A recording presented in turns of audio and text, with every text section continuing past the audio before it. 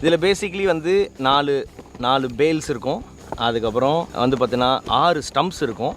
பேல்ஸுக்கு இது மாதிரி குட்டி குட்டி பேட்ரி, ஸ்டம்புக்கு வந்து பார்த்தீங்கன்னா பெரிய பேட்ரி. அப்புறம் இது சேஞ்ச் பண்ணுறதுக்கு உள்ளே இருக்காது இன்கேஸ் இந்த பேல்ஸ் எல்லாம் உடஞ்சிடுச்சு அப்படின்னா. ஏன்னா மேக்ஸிமம் இதை வந்து நான் வந்து கிரிக்கெட் பாலுக்கு யூஸ் பண்ணுறதில்ல, சாஃப்ட் பாலுக்கு தான் யூஸ் பண்ணுறோம். அதனால் மேக்ஸிமம் அது உடையாது தான் நினைக்கிறேன். அப்புறம் வந்து இந்த பேட்ரிஸை வந்து சார்ஜ் பண்ணுறதுக்காக இது வந்து இதில் போடும்போது அழகாக வந்து ஒரு லைட் ஒன்று எரியும். அது பார்க்குறதுக்கே சூப்பராக இருக்கும். இந்த ஜிங்க் ஸ்டம்ப்ஸ் அப்படின்றது வந்து ஒரு ஆஸ்திரேலியன் இன்ஜினியர் வந்து பார்த்தீங்கன்னா அவர் ரிட்டையர் ஆகிறதுக்கு முன்னாடி ஏதாவது ஒன்று பண்ணுவோமே அப்படின்னு சொல்லி ஃபஸ்ட்டு கண்டுபிடிச்சது தான் இந்த பேல்ஸு. ஃபஸ்ட்டு பேல்ஸ் தான் அவர் வந்து ரெடி பண்ணியிருக்காரு. அப்புறம் அப்புறம் ஸ்டம்ப்ஸோடையும் சேர்த்து அவர் ரெடி பண்ணி அதை மார்க்கெட் பண்ணி ஆஸ்திரேலியன் கிரிக்கெட் போர்டு வந்து அதை அக்செப்ட் பண்ணி நம்ம ஊரில் எப்படி ஐபிஎல்லோ அவங்க ஊரில் வந்து அந்த பிக் பேஷன் ஏதோ ஒன்று நடக்கும்னு நினைக்கிறேன். அதில் தான் வந்து அவங்க அதை ஃபஸ்ட்டு இன்ட்ரடியூஸ் பண்ணியிருக்காங்க.